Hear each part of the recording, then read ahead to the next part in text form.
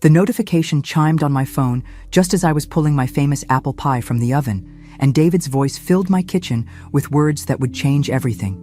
"I can't stand this useless old hag anymore. Soon she'll be taking her final nap and will be spending all her money in Paris." My blood turned to ice as I realized he'd accidentally sent me a voice message meant for his wife, Claire. Without hesitation, I picked up my phone and made one call. Put our plan into action.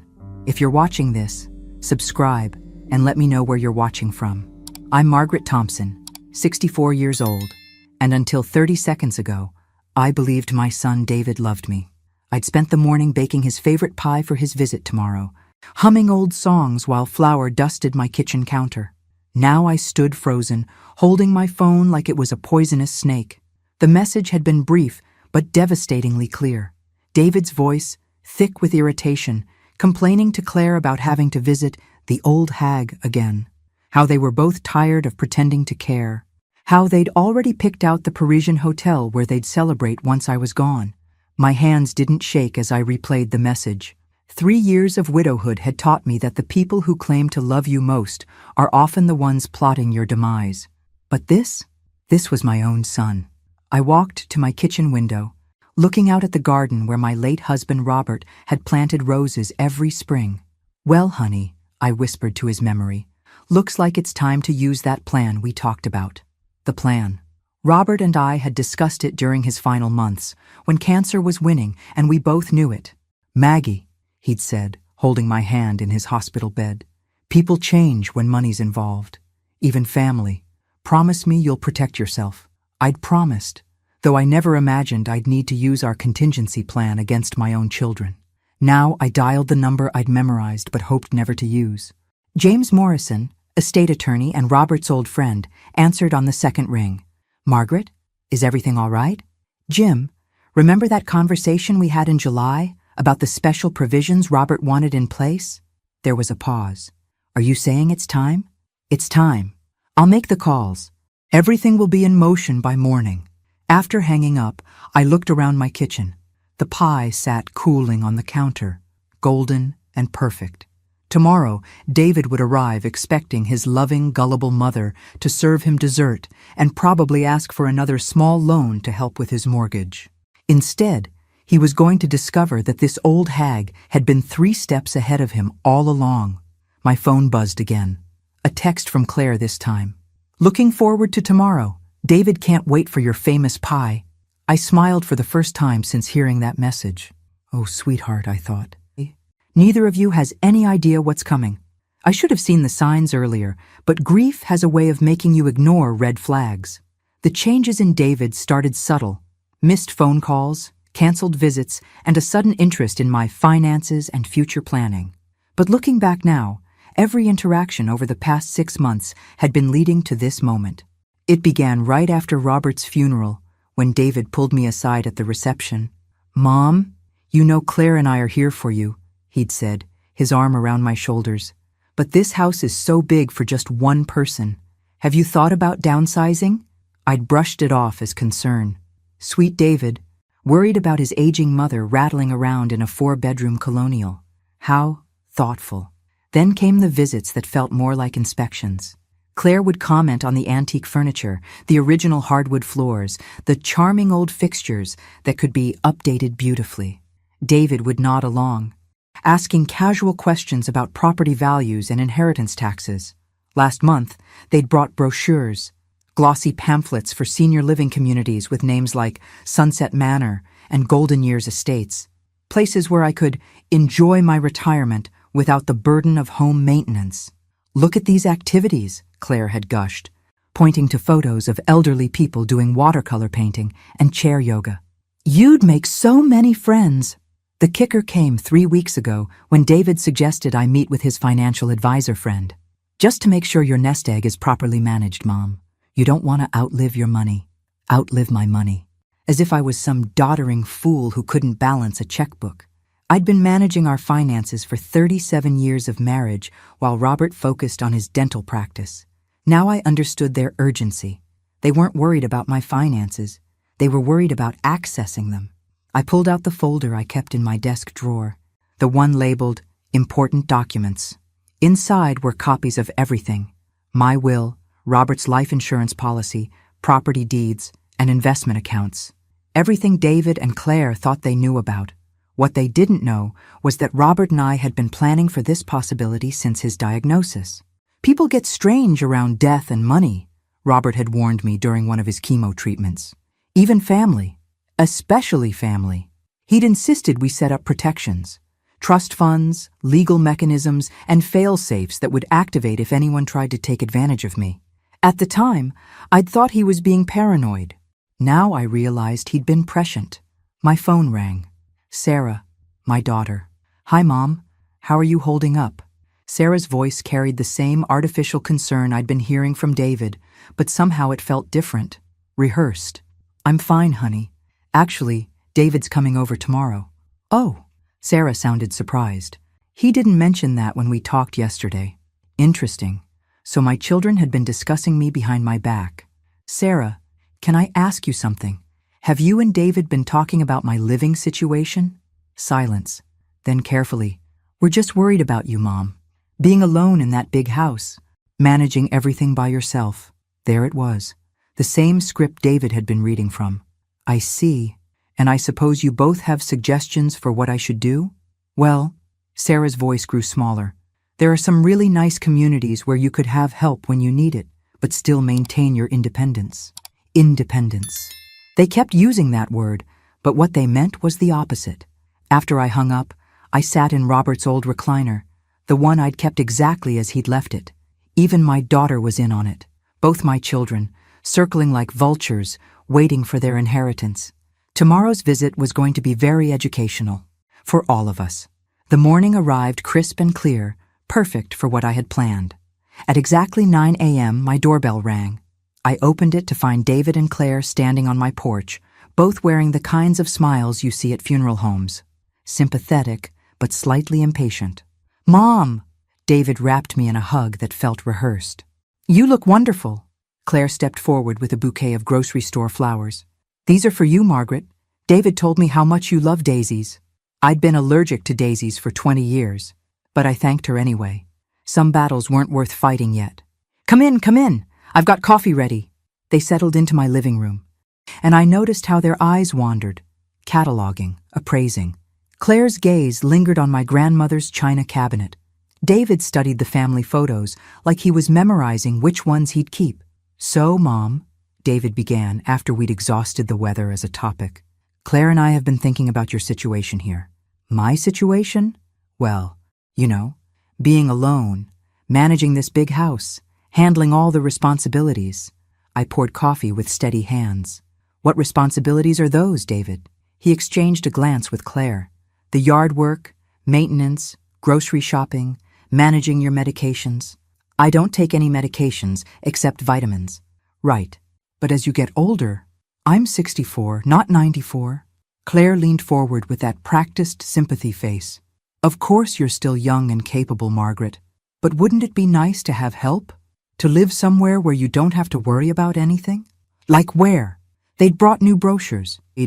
Shinier ones this time, with higher price points and words like luxury and resort-style living.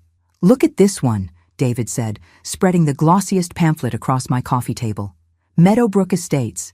It's got a golf course, 3 restaurants, and they handle everything. Cleaning, cooking, even transportation to appointments." I studied the brochure. The monthly fees started at $8,000. "This looks expensive." "That's the beauty of it," Claire said, her eyes lighting up. "You'd sell this house, and the proceeds would cover years of living there worry-free." Ah, there it was. Sell the house. And what happens to the money when I die? Another glance between them. "Well," David said carefully, "whatever's left would go to your beneficiaries, as outlined in your will." "I see. And you've read my will?" "Not read it exactly, but we know the basics. Sarah and I inherit everything equally." "Right? That's what you and Dad always told us." I set down my coffee cup. "Actually, that's changed."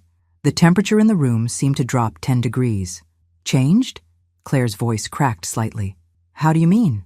"I mean I've updated my will. Several times, actually, since your father died." David's jaw tightened almost imperceptibly. "Mom, You should have discussed major financial decisions with us. We could have helped you understand the implications. Oh, I understand the implications perfectly. I stood up and walked to my desk, pulling out a thick manila envelope. In fact, I have copies right here if you'd like to review them.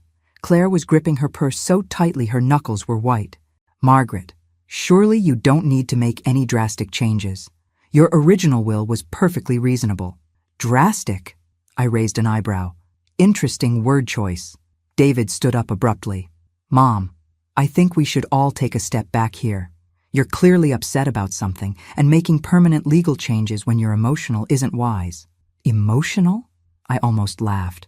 David, I haven't felt this clear-headed in years. My phone chose that moment to ring. James Morrison, right on schedule. Excuse me, I said, answering. Margaret Thompson speaking. Mrs. Thompson, this is James Morrison. I'm calling to confirm that all the documents we discussed have been filed and executed as of this morning. Everything is now legally binding and in effect. I made sure my voice carried clearly across the room. Thank you, Jim. I'm so glad we were able to implement my late husband's protection plan.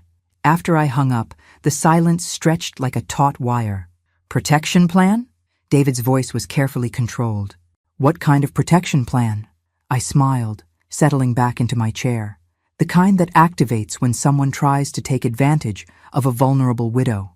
And that's when I played his voice message. The color drained from David's face as his own voice filled the living room. I can't stand this useless old hag anymore. Soon she'll be taking her final nap and we'll be spending all her money in Paris. Claire's gasp was audible. She stared at her husband like she'd never seen him before, though I suspected she'd been part of the conversation. When the message ended, the silence stretched so long I could hear my grandfather clock ticking in the hallway. Mom, I can explain, David started. Can you? I kept my voice pleasant, conversational, because I'm very interested to hear how you explain discussing my death as an inconvenience that's taking too long. That's not what I meant. I was frustrated, talking to Claire about worrying about you living alone. It came out wrong. Claire found her voice. It was taken completely out of context, Margaret. David's been so stressed about your well-being. My well-being. I repeated the words slowly. Tell me, when exactly did you book the trip to Paris? The question hung in the air like smoke. David's eyes darted to Claire, who had suddenly become fascinated with her manicure. We haven't booked anything, David said finally. I pulled out my phone and showed them a screenshot. This is from Claire's Instagram, posted 3 days ago. Can't wait for our romantic Paris getaway. Finally booked the hotel we've been dreaming about. Claire's face went through several interesting color changes. That's for our anniversary next year. Your anniversary is in March. This post talks about a September trip. Next month, in fact. David sat down heavily, running his hands through his hair. Okay. Yes, we booked a trip, but it's not what you think. What I think, I interrupted, is that you've been planning to celebrate my death with a vacation. What I think is that you've been pushing me toward expensive senior living to drain my assets faster. What I think is that I raised a son who sees his mother as an obstacle to his inheritance. That's not fair. David's voice rose. Do you know what it's like watching your mother live alone? Knowing something could happen to her? Do you know the stress we've been under? The stress you've been under? I stood up, feeling anger coursing through my veins like electricity. The stress of wondering when I'll die so you can spend my money? Claire started crying. Real tears or performance tears.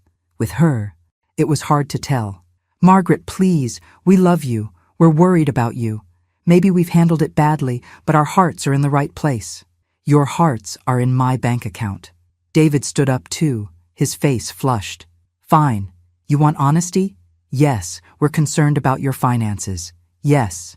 We've made some plans based on what we thought our inheritance would be. Yes, we think you're too stubborn to admit you need help. But that doesn't mean we don't love you. Doesn't it? Mom, be reasonable. We're family. Family takes care of each other. Dad would have wanted us to look out for you. Your father did want you to look out for me. That's why he made sure I'd be protected from you. David's face twisted. Protected from us? We're your children. And yet here you are, plotting my demise over voice messages you thought I'd never hear. Claire wiped her eyes with a tissue. What does this protection plan mean exactly? I smiled, pulling the legal documents from their envelope.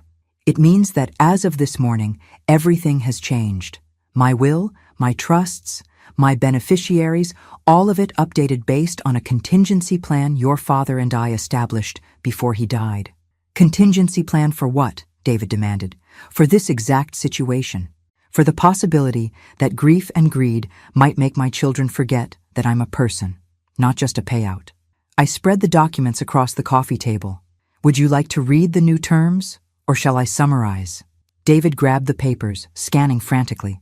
As he read, his face went from red to pale to gray. This can't be legal, he whispered. Oh, it's perfectly legal. Your father made sure of that. Claire was reading over his shoulder now, her tears forgotten. What does it say? David's voice was hollow when he answered. It says we get nothing. Nothing. Claire's voice cracked. Nothing, I confirmed cheerfully. Every asset, every account, every penny, it all goes to charity if either of my children attempts to manipulate, coerce, or take advantage of me in any way. The silence that followed was deafening. Finally, David looked up at me, his eyes blazing. You can't do this. We have rights. What rights are those? Exactly. We're your family. You deserve exactly what you've earned, I said calmly. And based on today's conversation, that appears to be nothing. Claire stood up abruptly. This is insane. We're leaving. Good idea, I agreed. And Claire, you might want to cancel that Paris trip.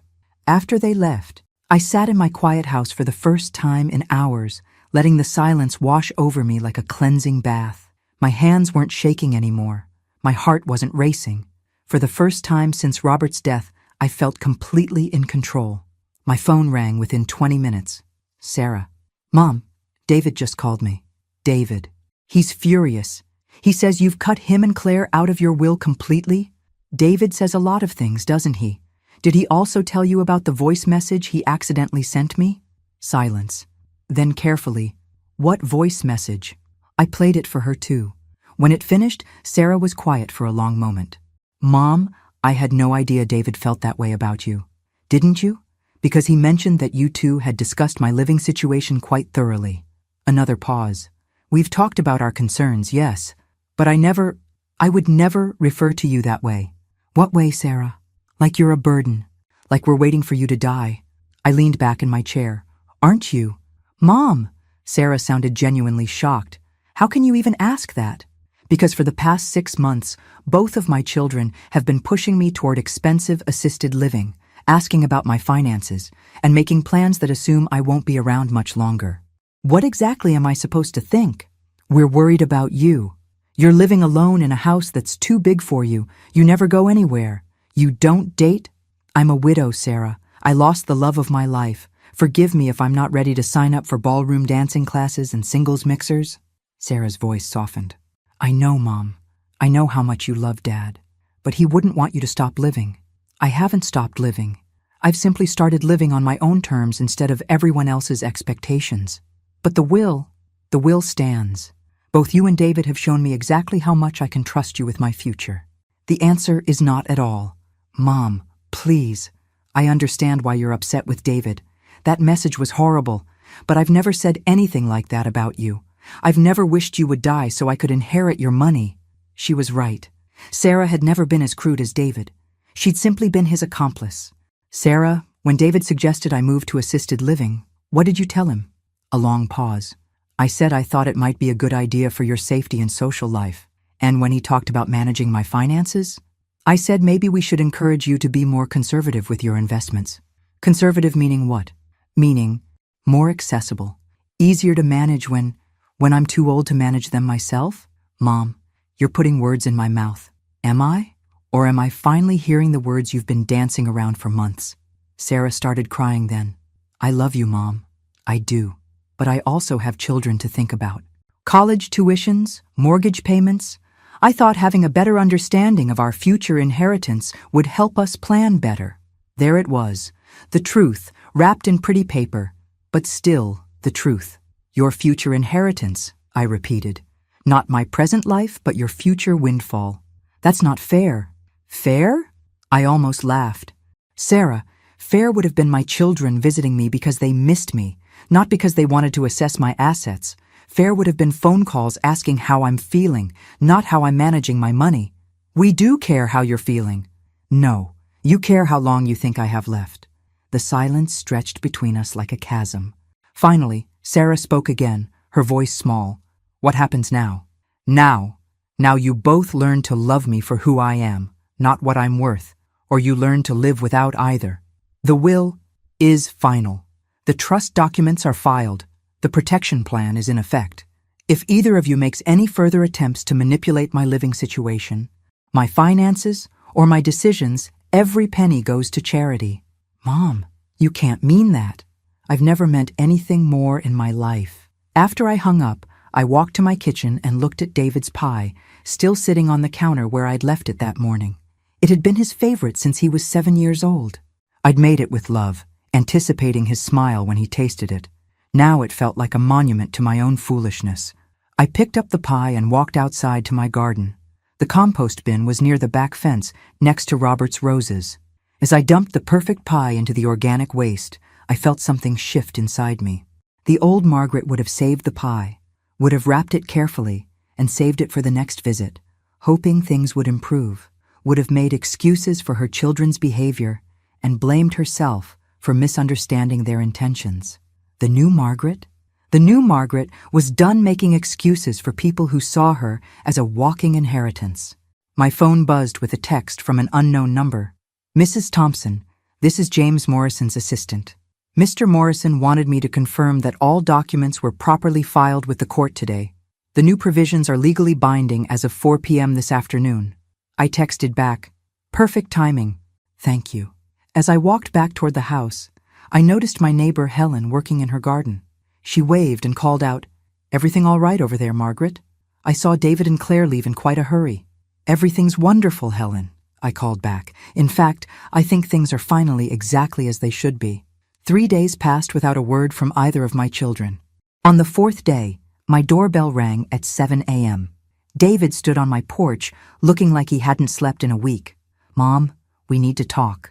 I was in my bathrobe, coffee mug in hand, completely unprepared for drama this early. "It's 7 in the morning, David. I've been up all night thinking about what you said. About the will, about the protection plan, about everything." He looked genuinely distressed, which was either very good acting or actual remorse. With David, it was hard to tell the difference. "Would you like to come in?" He followed me to the kitchen, where I poured him coffee without being asked. Old habits. "Mom, I want to apologize.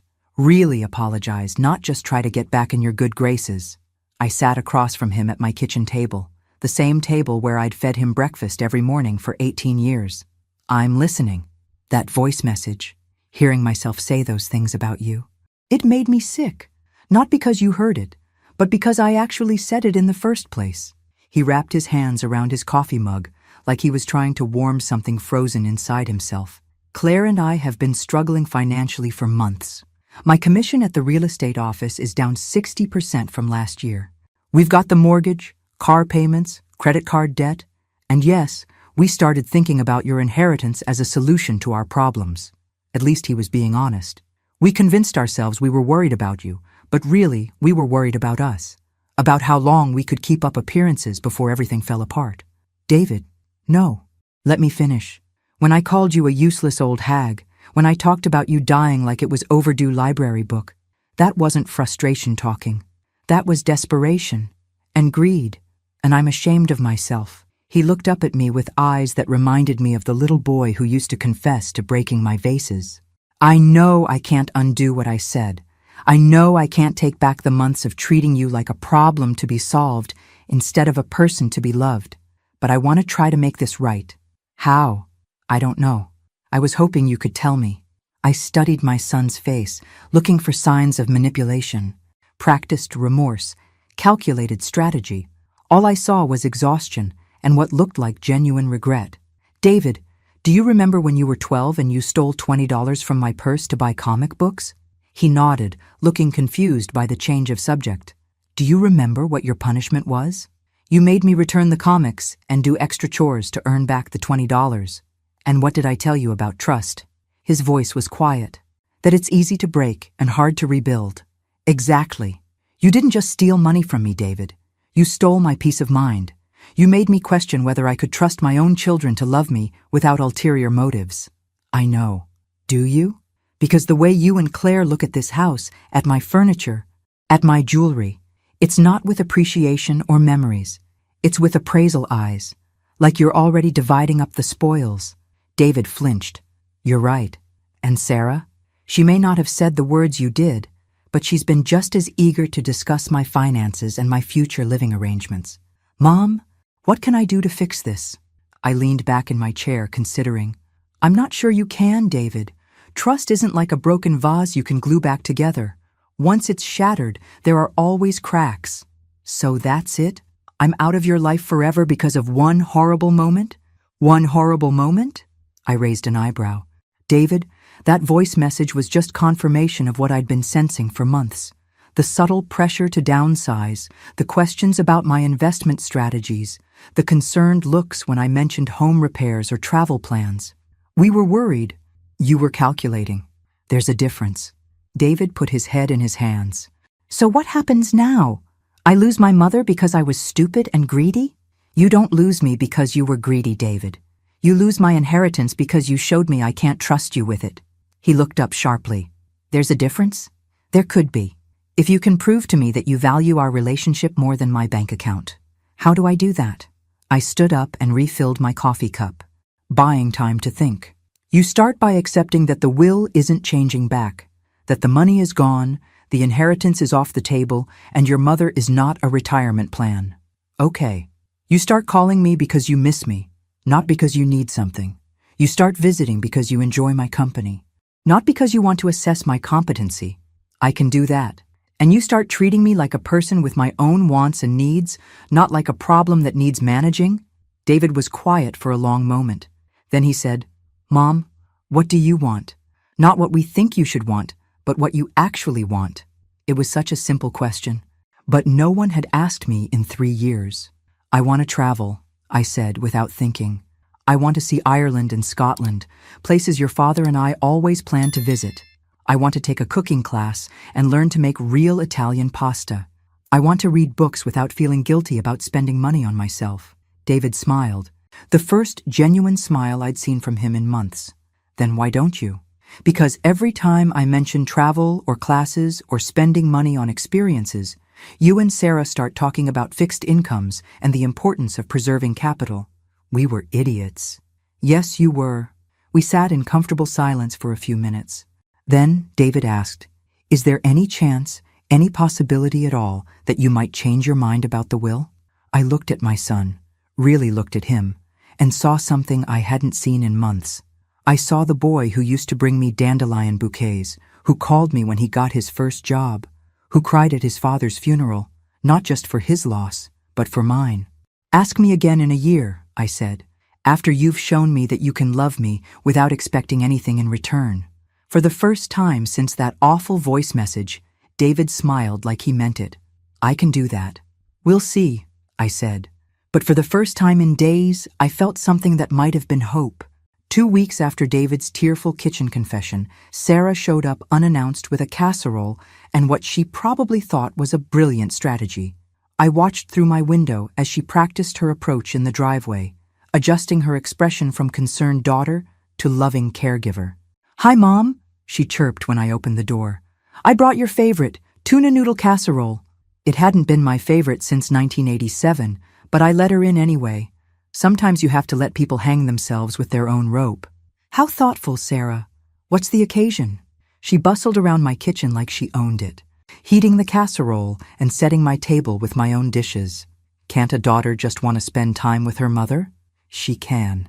But in my experience, daughters who show up with casseroles usually want something. Sarah's smile flickered. Mom, you've become so cynical lately. I prefer the term realistic. We sat down to eat her mediocre casserole, and I waited for the real reason for her visit. It came during dessert. I've been thinking about our conversation last week, she said, cutting into the store-bought pie she'd brought. About David's message and the will and everything. Have you? And I realized something. David was wrong to say those horrible things, but maybe We've all been approaching this wrong. I sipped my coffee and waited for her pitch. Instead of talking about your future care needs, maybe we should be talking about your present happiness. What would make you feel most fulfilled right now? Interesting. A different approach, but still an approach. What do you think would make me happy, Sarah? Well, you mentioned wanting to travel, to take classes. Maybe instead of worrying about conserving money, you should be spending it on experiences. That's a remarkable change of opinion from someone who was concerned about my conservative investment strategy last month. Sarah's cheeks reddened. I was wrong about that. I let fear about the future prevent me from seeing your present needs. Fear of what, exactly? Fear that you might outlive your money and we'd have to support you financially. Finally, some honesty. And now? Now I think that's our problem to worry about, not yours. You should live the life you want while you can. I leaned back in my chair, studying my daughter's face. She was good, better than David at manipulation, actually. This approach was more sophisticated, more emotionally intelligent. Sarah, do you know what your father used to say about you? She shook her head. He said you were the most dangerous kind of smart enough to tell people what they wanted to hear so convincingly that they forgot to look at your real motives. Mom! It was meant as a compliment. Your father admired strategic thinking. I'm not being strategic. I'm being honest. Are you? Because this newfound support for my spending money, does it have anything to do with the fact that if I spend it all, there's nothing left for either of you to inherit? Sarah's fork paused midway to her mouth. Think about it, I continued. If you can convince me to blow through my savings on travel and experiences, then when I die there's nothing left to go to charity, the will becomes irrelevant. That's not… You didn't think I'd figure it out? Sarah put down her fork and looked at me with something approaching respect. Mom, you're scarier than I gave you credit for. I'm smarter than either of you gave me credit for. So what happens now? I smiled. Now you learn the same lesson David is learning, that I'm not a problem to be solved or a resource to be managed. I'm your mother, and I deserve better than manipulation disguised as concern. Sarah was quiet for a long moment.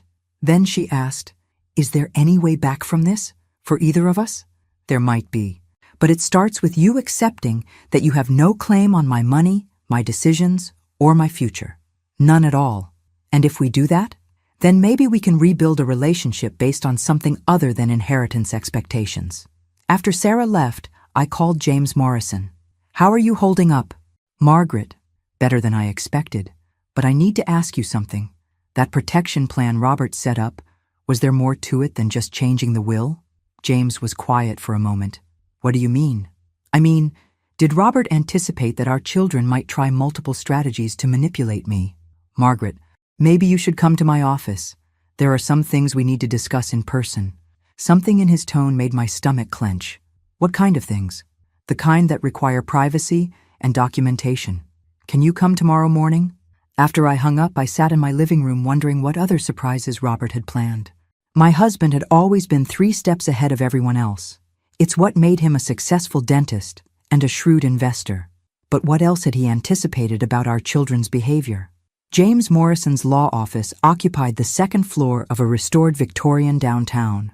I'd been there dozens of times over the years, but walking up those stairs the next morning felt different, more ominous. Margaret, thank you for coming.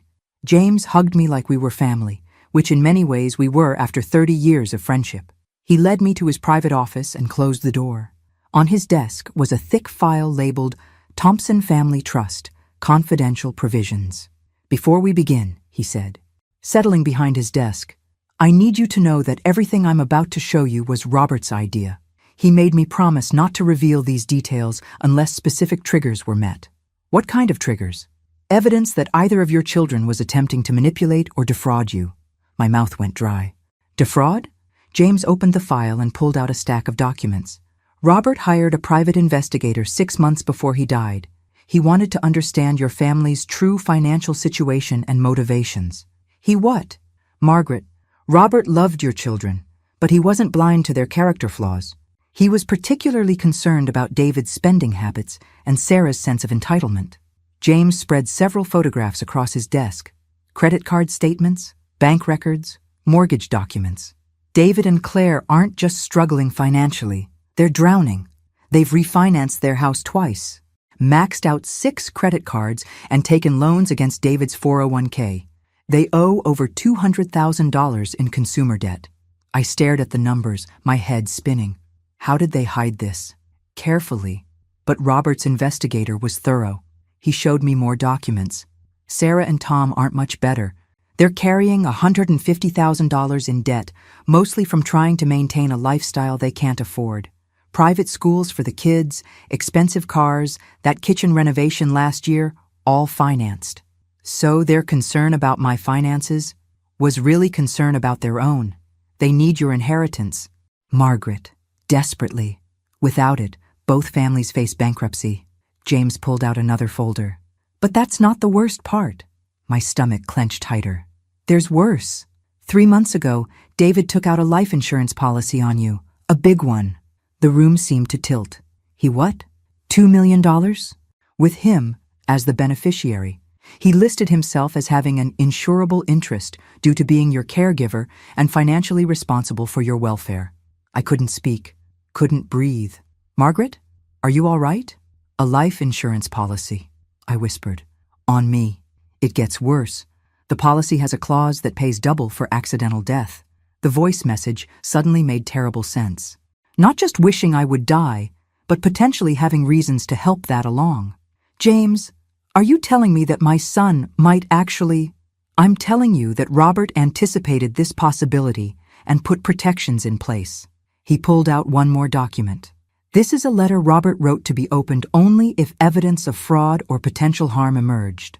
With shaking hands, I took the envelope marked for Margaret, if the worst happens. Inside was a single sheet of paper in Robert's careful handwriting. My dearest Maggie, if you're reading this, it means our children have shown their true colors. I'm sorry I was right to be suspicious, and I'm sorrier that you had to discover their betrayal.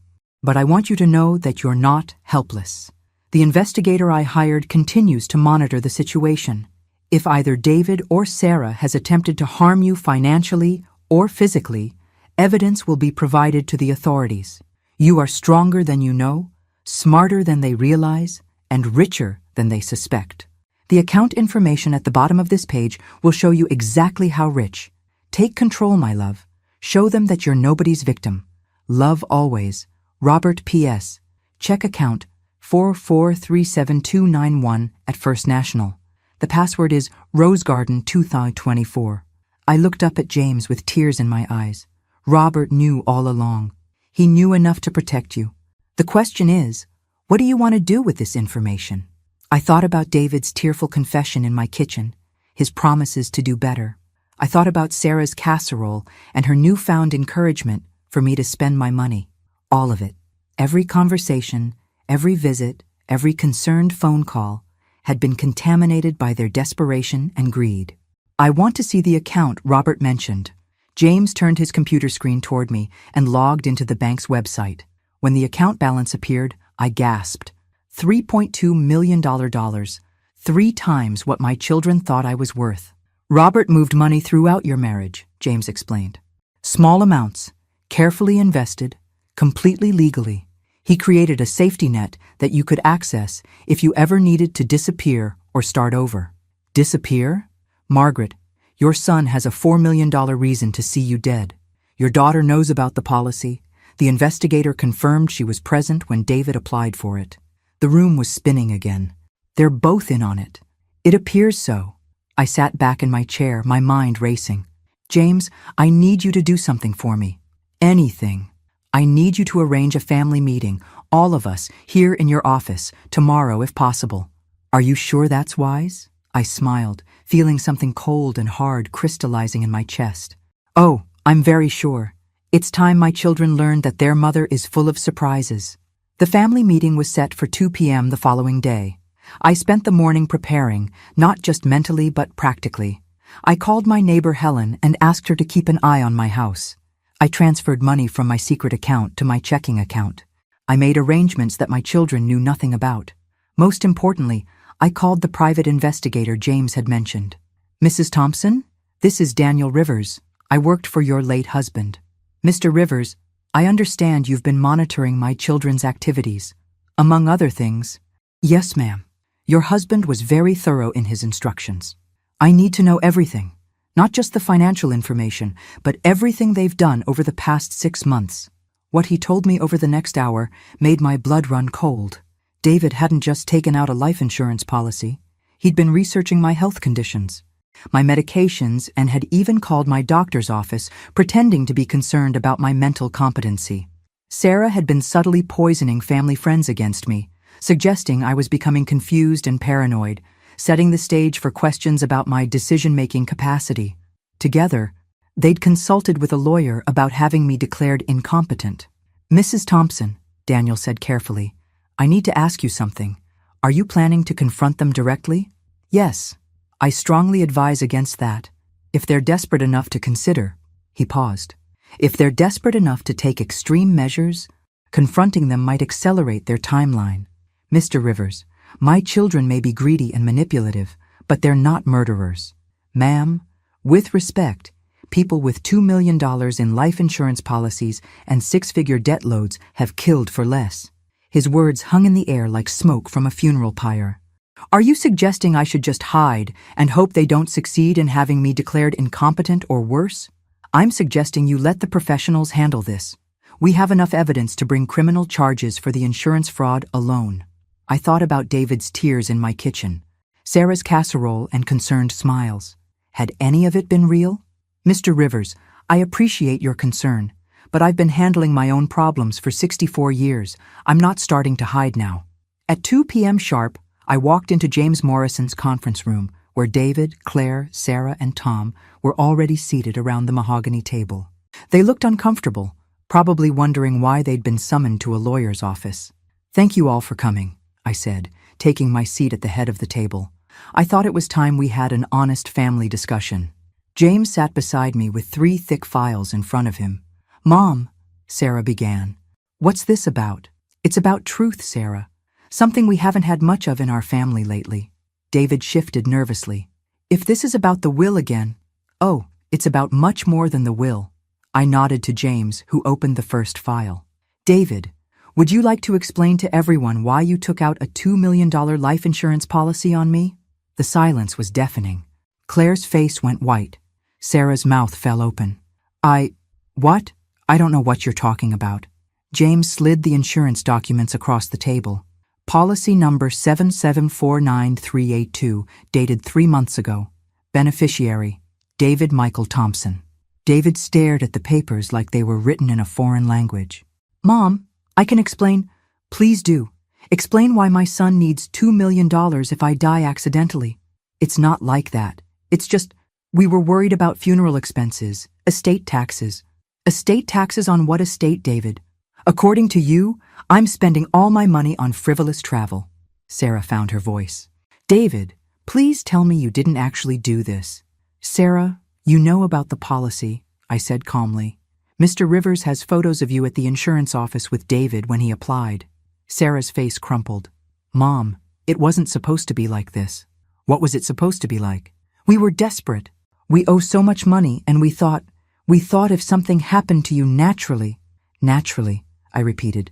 But the policy pays double for accidents. The room was so quiet you could have heard a pin drop. You want to know what's really interesting? I continued. The policy requires beneficiaries to be responsible for the insured person's care, which explains why you've been so eager to have me declared incompetent. Tom, who'd been silent until now, spoke up. Margaret, surely you don't think we would actually hurt you? I looked around the table at these people I'd raised, loved, supported, and trusted. Tom, a week ago I would have said no, Today? I honestly don't know. Claire started crying. This is insane. We're family. Are we? I asked. Because family doesn't plot each other's deaths for insurance money. David's shoulders sagged in defeat. Mom, we would never hurt you. Never. The policy was just insurance in case something happened naturally. Insurance for whom? David? You? Or me? I let them sit with that question for a moment before continuing. But here's what you really need to know. Everything you think you understand about this situation is wrong. James opened the second file. Your mother isn't the vulnerable widow you thought she was. What do you mean? Sarah asked. I mean, your father left your mother significantly wealthier than any of you realized. The inheritance you've been fighting over? It's a fraction of what she actually has. I watched their faces as James explained the hidden accounts, the careful investments, the safety net Robert had created. $3.2 million, James said finally. In addition to the house, the investments you know about, and various other assets. David's face went through several color changes. You've had over $3 million this whole time? Your father made sure I'd never be dependent on anyone, including my children. But why hide it? Sarah asked. Why let us think you were living on a fixed income? Because, I said, standing up and walking to the window, your father suspected this might happen. He wanted to see how you'd behave if you thought I needed your help versus how you'd behave if you thought I had money you couldn't access. Claire's voice was small. And we failed the test. Spectacularly. David put his head in his hands. So the will that cuts us out only covers the assets you knew about, the money that could have been yours if you'd shown me love instead of greed. Tom leaned forward. What about the hidden money? I turned back to face them. Back to, what about it? What happens to it? And there it was. Even now, even knowing everything that had been revealed, Tom was still thinking about the money. It goes wherever I decide it goes. And right now, I'm thinking it goes to people who see me as more than a dollar sign. Sarah started crying harder. Mom, please, we can fix this. We can be better. Can you? Because right now, even after learning that your brother took out a life insurance policy on me, your husband's first question was about money. The silence stretched uncomfortable and long. Finally, David looked up. Mom, what do you want from us? I want you to leave. Leave? Leave this office. Leave my life. Leave me alone. All of you. Forever, Sarah whispered. I considered the question. These people had plotted to have me declared incompetent, taken out insurance policies betting on my death, and manipulated every interaction we'd had for months. But they were still my children. Ask me in 5 years, I said finally. If you can go 5 years without contacting me about money, inheritance, or anything related to my assets, maybe we can try again. David stood up slowly. And if we can't? Then you'll have your answer about whether you ever really loved me at all. Claire was still crying. Margaret, please, don't do this. I'm not doing anything, Claire. You all did this. I'm just responding to what you've shown me about your priorities. As they gathered their things and prepared to leave, Sarah turned back one more time. Mom, for what it's worth, I do love you. I know you don't believe that now, but I do. Sarah, if you love me, then prove it. Prove it by not contacting me about money, not asking about my will, not checking on my finances. Prove it by leaving me alone to live my life without having to wonder if my own children are plotting against me. After they left, James and I sat in the empty conference room. How do you feel? He asked. Lighter, I said, surprising myself. For the first time in months, I feel completely free. And the insurance policy? Cancel it. I'm removing their insurable interest by removing them from my life. James made notes in his file. What about the criminal charges Daniel Rivers mentioned? I thought about that. About my son potentially going to jail for insurance fraud. About my daughter being charged as an accessory. No charges, I said finally. They're not in my life anymore. That's punishment enough. But I was wrong about that, because the real revelation was still coming. 3 months later, I was living my best life. I'd booked the Ireland trip I'd always wanted, enrolled in Italian cooking classes, and started volunteering at the local animal shelter.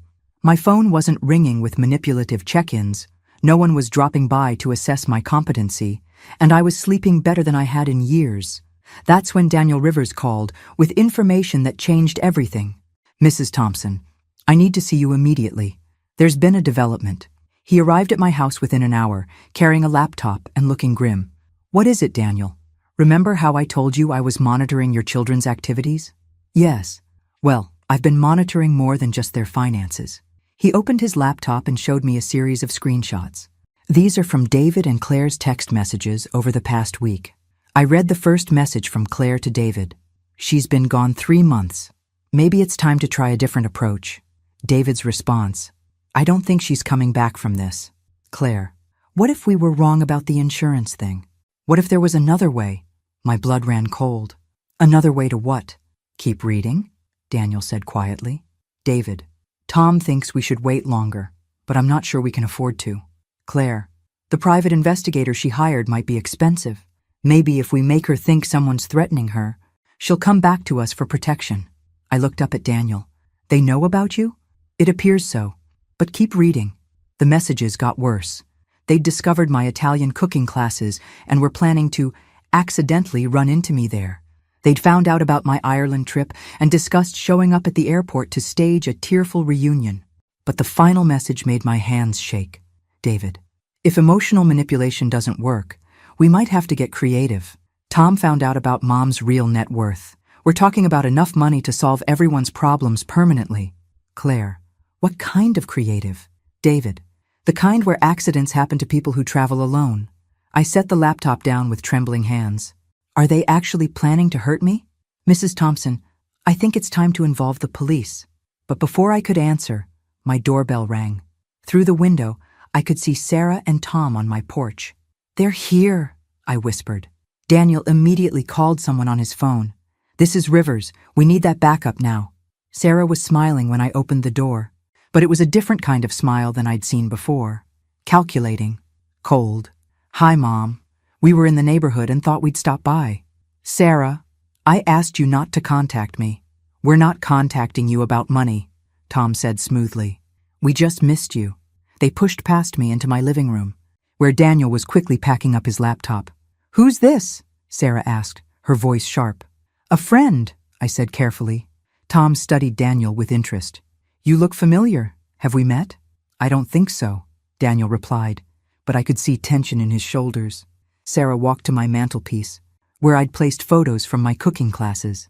You look happy, Mom. Italy was good for you? I haven't been to Italy yet. Oh, I meant the cooking classes, though I heard you're planning quite the European adventure. The way she said it made my skin crawl. How did you hear that? Tom answered before Sarah could. People talk, Margaret, especially when their neighbors start traveling alone to foreign countries. There was something threatening in his tone that I'd never heard before. Daniel stood up. Mrs. Thompson, we should go. Go where? Sarah asked, her eyes narrowing. Away from here, Daniel said bluntly. That's when Tom smiled, and I realized with crystal clarity that my daughter's husband was dangerous in a way I'd never understood. Actually, Tom said, I think Margaret should stay. We have family business to discuss. Mom, Sarah said, her voice taking on a pleading quality that now sounded completely fake. We know you're angry, but cutting us out completely isn't fair. We're your children, and we deserve something, Tom added. After all these years, after everything we've done for you, we deserve security. The mask was completely off now. Security? I repeated. You mean my death? Sarah's fake smile faltered. Mom, don't be dramatic. Am I being dramatic? Or am I being realistic about children who take out life insurance policies on their mothers and then plan accidents for women who travel alone? The silence that followed was electric with danger. Then Tom laughed. Well, this is interesting. You know about the insurance.